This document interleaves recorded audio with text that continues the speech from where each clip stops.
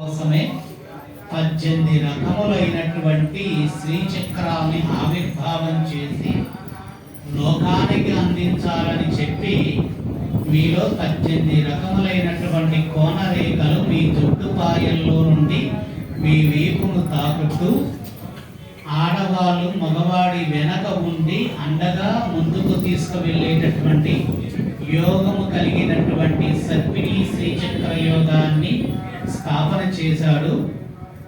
సర్పలోకమున ఆడవాళ్ళ చుట్టూ ఎంత పెరిగితే అంత సర్పయోగమైనటువంటి మోక్షముతో 18 గుణయోగములతో కుటుంబాన్ని నడిపేటటువంటి విధానమైన కనుసేగతోనే మీ ఇల్లుని మార్చుకోవచ్చు. భర్తని ఇలా చూస్తే అట్లా కూర్చోవాలి, అది గౌరవంగా కూర్చోవాలి, భయంతో కాదు. అందులో చెప్పింది నా భార్య, ఇప్పుడు చూసిందంటే ఇది మంచిది కాదు నా భార్య చెప్పింది. ఇంతకు ముందు నేను చేసినప్పుడు దెబ్బతిన్నాను, ఇప్పుడు నా భార్య చెప్పినట్టుగా నేను ఇంటే బాగుపడ్డానని అర్థం చేసుకున్నటువంటి భర్త ఆ పని చేయకుండా ఆగిపోతాడు. అటువంటి శక్తి మీ జుట్టులోనే ఉంటుంది. అది సర్పిణీదేవి మాత దగ్గర శ్రీచక్ర స్థాపన చేసేటప్పుడు బుసల కొట్టే ఆడవాళ్ళ దగ్గర మరి ఒక సర్పిణీదేవి కావాలి. ఆమె మోక్షాన్ని పురుషుడికి ప్రసాదించాలి. వాడు బుసలు కొట్టుకుంటూ బయట తిరిగి ఆగవాగం చేసుకొని వచ్చిన జుట్టుతో మెడకి ఉరి వేసి చంపేటటువంటి విధానం కాకుండా ఆయన వారితో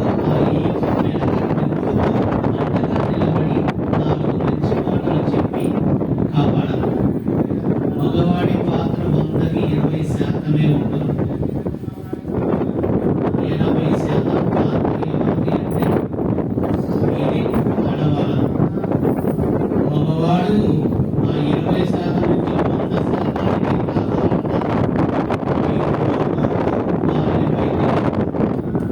అదే మగవాడిని 100% ఆగమైపోవాలని చేయాలన్నా మీరే చేస్తారు. ఆ శక్తి మీ దగ్గర ఉందని గ్రహించే ఆదిశంకరాచార్యుల భగవానుడు ఒక్కొక్క దగ్గర శ్రీచక్రాన్ని స్థాపన చేశారు. ఆడవాళ్ళకి జన్మ కలిగేటప్పుడు గరుడ పురాణంలో చెప్పింది 18 యోగమ కండములతో పడినటువంటి సతీదేవి మాంసముద్దలు అన్ని శ్రీమూర్తులకి వర్తిస్తాయి. సతీదేవి దహనమైపోయేటటువంటి సమయంలో ఉన్నటువంటి విధానంలో పరమశివుడు ఆ శరీరాన్ని తీసుకొని ఉరుకుతూ ఉంటే ఉల్లాడేటటువంటి విధానంలో మీకు 18 విధములైనటువంటి శరీరానికి శక్తిని ఈపు పైన పెట్టాడు పరమశివుడు. అమ్మవారిని ఇట్లా 2 చేతులు ఈపు పైన పడుకోబెట్టుకొని వెళ్తుంటే అన్ని భాగాలు వేలాడుతూ ఊగుతూ ముక్కలు అన్ని చోట్ల పడతాయి. ఆ ఈపు భాగం మొత్తమే పరమశివుడి చేతిలో ఉంటుంది.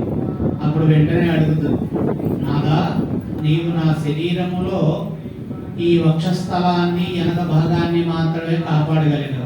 నా తలొక దగ్గర పడ్డది, చేతిలో దగ్గర పడ్డాయి, కాళ్ళలో దగ్గర పడ్డాయి, తొడ నుండి ఈ యోని భాగం వరకు ఉండేటటువంటి ప్రాంతం దగ్గర పడ్డది. ఇది ఏమి చేసుకుంటావు నేనెందుకు అంటే అప్పుడు కదిలి వస్తుంది కాళీమాత. నీవు ఇదే కాలినటువంటి ఈ నల్లటి శరీరాకృతితో ఉండేటటువంటి నీ రూపానికి గట్టిగా నేను ఒక ఆయుధాన్ని ఇస్తాను. ఆ ఆయుధము పరమశివుడి యొక్క చేతుల స్పర్శ తగిలి అక్కడ కుదిరిపోయి ఉన్నది.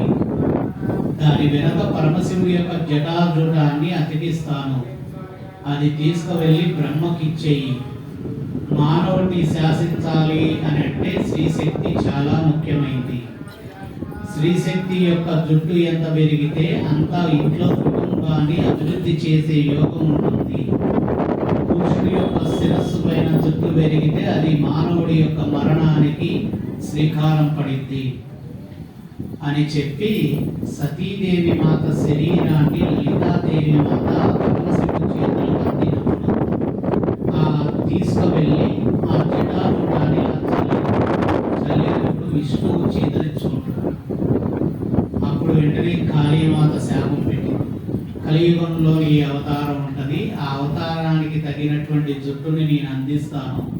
అప్పుడు నువ్వు ఏరుకోవడానికి వెంకటేశ్వరుడిగా నీ అవతారాన్ని ఎత్తాలి. అప్పుడు ఎంత జుట్టుని ఏరుకుంటావో అప్పుడు నేను చూస్తానని కాళీమాత శాపాన్ని పెట్టింది. ఆ అవతారం ఈరోజు వెంకటేశ్వర భగవానుడి విధానంలో విశేషమైనటువంటి లీలాలు మనం సమర్పిస్తూ ఇదిగో కాళీమాత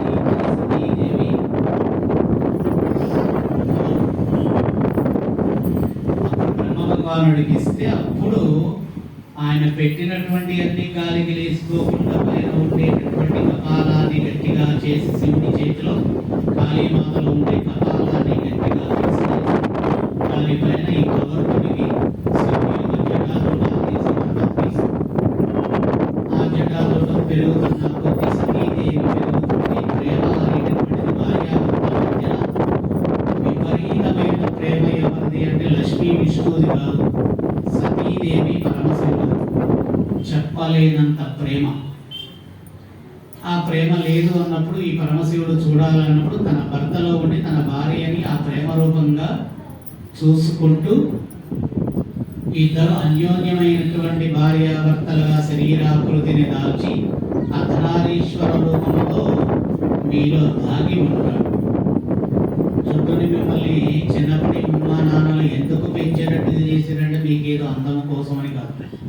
జుట్టు పెరిగినటువంటి ఇంట్లో సుఖమైనటువంటి జీవితం మీరు చుట్టుకోవాలని గడిపి అది అర్థం కాకుండా మీరు ఇప్పుడు కొత్తగా వచ్చిన అయ్యో ఉన్నాయి బ్యూటీ పార్లర్ అక్కడికి పోయి చేయించుకొని ఇంటికి కష్టాలు తెచ్చుకొని భర్త డౌన్ అవుతూ మీ తాతల అమ్మమ్మలు ఇటువంటి ఏమీ లేవు. వాళ్ళు పెద్ద జడతో ఉన్న భర్త 100 సంవత్సరాలు గట్టిగా ఉండేవాడు. ఎంత గట్టిగా అంత గట్టిగా. దాని యొక్క అర్థం ఏంటంటే గరుడ పురాణంలో చెప్పబడిన సతీదేవి మాత యొక్క మరణంలో నుండి వచ్చినటువంటి కాళీమాత అనుగ్రహించినటువంటి శక్తి మీద మీరు చుట్టూలో వస్తే కాళీమాత గట్టిగా కాదు. ఆమె ప్రసాదించినటువంటి ఆ శరీరంలో పరమశివుడి యొక్క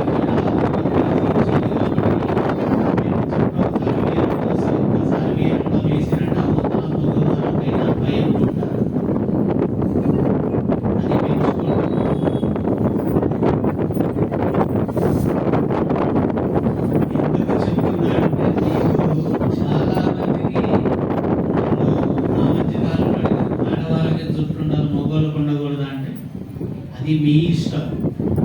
కానీ ఆదిశంకరాచార్యుల భగవానుడు ప్రతి ఒక్క శ్రీచక్రానికి ఒక కారణమైనటువంటి రూపానికి 18 వర్ణములైనటువంటి శక్తి మీ ఈపు వెనక ఉంటుంది. ఆ ఈపుని కనబడకుండా కాపాడేటటువంటి వర్ణము కలిగినటువంటి జటాజూటము ఉండాలని చెప్పి పరమశివుడు సతీదేవి మాత కాళీ విధానములో కల్కత్తాలో శ్రీచక్రము ఉంటుంది. ఆదిశంకరాచార్యుల మాతకి భగవానుడు స్థాపన చేసేటప్పుడు అమ్మవారితో మాట్లాడి చెప్పాడు, అమ్మ ఇక్కడ చేసే శ్రీచక్రము నీవు ఆ రోజు సతీదేవి అమ్మ మరణం జరిగిన తర్వాత నీవు ఎలా అయితే అందించినటువంటి విధానం ఉందో ఇక్కడ మానవులందరూ కూడా పూజా విధానాలన్నీ మర్చిపోయి నీ దగ్గర ఉన్నటువంటి అసుర జాతి ఏదైతే ఉందో దానికి వేటలని కోళ్ళని కోసి మత్తు పానీయాలు కోసి తొందరగా వరాలు స్వీకరిస్తున్నారు. నీకు తీవ్రమైనటువంటి రౌద్ర శక్తే నీ దేవాలయం మొత్తం నిండుతుంది. శుభయోగకాలిగా నీవు ఉండవుగా, అశుభకాలిగా నీవు రాబోతావు. కాబట్టి ఈ శ్రీచక్రాన్ని పెడుతున్నావు తల్లి, ఎంతవరకు నువ్వు శక్తిని ఇవ్వగలదు అంతే, కానీ శ్రీచక్రాన్ని దాటి వెళ్ళకు. నీ కోపము ఆడవాళ్ళ జడలో చూపించు. నీ కోపము ఆడవాళ్ళ ఈపులో ఉండేటటువంటి ఒక శక్తి అయినటువంటి 18 కోణములతో ఉండేటటువంటి కపాలమాలని మొత్తం అమర్చి ఉంచు అనేటటువంటి విధానాన్ని చెప్పి అమ్మ దగ్గర శ్రీచక్ర స్థాపన చేసి ఏ దేవాలయాల్లో ఉగ్ర రూపంతో ఉన్న శ్రీశక్తి దేవాలయాల దగ్గర యాటలని కోళ్ళని కోసి రక్తధారలు పోసి అసుర దేవతలకు సమర్పిస్తారో అసుర దేవతలు దేవాలయాన్ని దాటి వాళ్ళ వెంట పోకుండా వాళ్ళని చూస్తే భయపడేటట్టుగా వెనక నీ జుట్టు కనబడాలమ్మా అని చెప్పి అప్పుడు చేశాడు. లేదంటే అంతకుముందు ఆదిశంకరాచార్యుల భగవానుడు శ్రీచక్రాలు స్థాపన చేయకముందు ప్రతి దేవాలయం ముందు తెగేది ఏంటంటే కోళ్ళు మేకలు అవే తెగి. ఆయన శ్రీచక్ర స్థాపన చేసింది ఎందుకోసం అంటే లోక కళ్యాణార్థము కోసం, శ్రీశక్తికి రాక్షస యోగము రాకుండా ఉండాలి, పురుషులు నరకాన్ని అనుభవించకుండా ఉండాలి. లేదంటే ఈ పాటికి ఆయన శ్రీచక్ర స్థాపన చేయకపోతే మీ మీద మేము నలిగిపోయేవాళ్ళం. అంటే మీరు అలా చేస్తారని కాదు, అటువంటి విధమైనటువంటి లోకం తయారీ. మగవాళ్ళము కూడా అసుర విధానమైనటువంటి యోగ గుణముతో ఉండేవాళ్ళు వచ్చేవాళ్ళం, స్త్రీలు కూడా అసుర గుణాలు ఉన్నటువంటి స్త్రీలు వచ్చేవారు. మన లోకం మొత్తం యమలోకంగా ఉండేది. మనం తినేటటువంటి ఈ భోజనాలు ఇవేమి ఉండకుండా ప్రతిరోజు మధ్య మాంసాలతో తొలతూగుతూ ఉండేవారు. అంత పెట్టినా కానీ ఇప్పుడు పెరుగుతూనే ఉంది కానీ తగ్గట్లేదు. తగ్గాలి కదంటే మీ దగ్గరే ఉంది ఆయుధ శక్తి. మీరు వంట చేయాలని చెప్తే చేయండి. అందరికీ ఇంత సమయాన్ని కేటాయించి కూర్చొని ఓపికగా ఇన్నందుకు మీకు మా తల్లి ప్రత్యేకరాదేవి మాత అనుగ్రత పరిపూర్ణంగా కలగాలని చెప్పి అమ్మవారిని కోరుకుంటున్నాను. ప్రతి నెలలో పౌర్ణమి రోజు మధ్యాహ్న సమయంలో అన్ని పురాణాల గురించి నేను చెప్తాను. అంటే శ్లోకాలతో చెప్పను. మాకు మా గురువు గారు మా సాధనలో మేము ఎలా చూసామో ఇలా చెప్తా అర్థమయ్యేటట్టు. శ్లోకాలతో చెప్తే అంతటిదాకే ఆగి, శ్లోకాలు కాకుండా మనం చెప్పుకుంటే చాలా ఉన్నది. దుర్గామాతే మనకి చాలా రకాలుగా ఉంటుంది. 49 రకాల దుర్గాదేవి ఉంటుంది. మనం చూసేది ఒక దుర్గని. మీరు విజయవాడ భూములని కనబడే విగ్రహం కాదు. దుర్గాదేవికి ఆగ్నేయ భాగంలో ఇటు పక్క ఉంటుంది అసలైన అమ్మవారు. తెలుసా? తెలుసా మీరు విజయవాడ? మనం చూసే దుర్గమ్మ కాదు, ఇటు పక్క గోడకు ఉంటుందా. ఆమె చూస్తే మనకి అంత భయంకరమైనటువంటి శక్తిని విడుదల చేస్తుంది. ఒక్క చూపుకే ఒంట్లో ఉన్నటువంటి దయ్యం శక్తి ఇలా వణికింది. అటువంటి దేవతని మనం చూస్తే ఆ వచ్చేటటువంటి ఆ వేగానికి మనకున్నటువంటి మన శక్తి, మన ఏమంటారు, మన గుండెకాయ తట్టుకోవాలి. అలా తట్టుకోలేవదని చెప్పి ఆమె నుంచి ఈమెకు కొద్దిగా ట్రాన్స్ఫర్ అయ్యేటటువంటి 100లో ఒక 15% శక్తిని మాత్రం పంపిస్తూ ఉంటారు. అటువంటి దేవత ఉంది. అందుకనే దుర్గాదేవి దేవాలయం లోపల దాకా వెళ్తే ఒక చిన్న అద్దం ఉంటుంది ఇటు పక్క. ఆ అద్దాన్ని చూడాలి. అక్కడ కనబడుతూ ఉంటుంది అమ్మవారు. అవతల సైడ్ గోడలు కనబడి ఆమె అసలైన కాళీమాత. కలకత్తాలో కనబడే కాళీమాత. కాళీమాతకు పక్కన లోయలో ఉంటుంది ఇటు కనబడి ఆమె కాళీ. కాళీమాత 6 అడుగులు ఉన్న కాళీ పూజించాలంటే మనందరం సరిపోం, మన భారత ఖండం సరిపోం. కాళీమాత చిటికెన గోరు పైన గోరంత ఉంటేనే ఆమె చాలు. ఆమెను పెంచాలంటే మన తరము కాదు. ఎందుకంటే త్రిమూర్తుల ముగ్గురు ఇవాళ కొలత ఎంత అని అడిగింది ఆమె. ఆఖరికి నెగ్గింది ఎవరు? తన భర్తని నెగ్గించుకుంది. ఎవరు తన భర్త అంటే శివుడే. ఆయన ఆది అంతము మొత్తము ఆయన. కాబట్టి ఇటువంటి సందేహాలన్నీ ప్రతి పౌర్ణమి రోజు మధ్యాహ్నం నేను 2 గంటలకు వస్తా. మీకు ఓపిక ఉంటే రండి. 2-3 వచ్చినా కానీ వాళ్ళకి చెప్తారు మీరు తెలుసుకోవడం కోసం. శ్రీమాత్రే నమః. సాయంకాలము అందరూ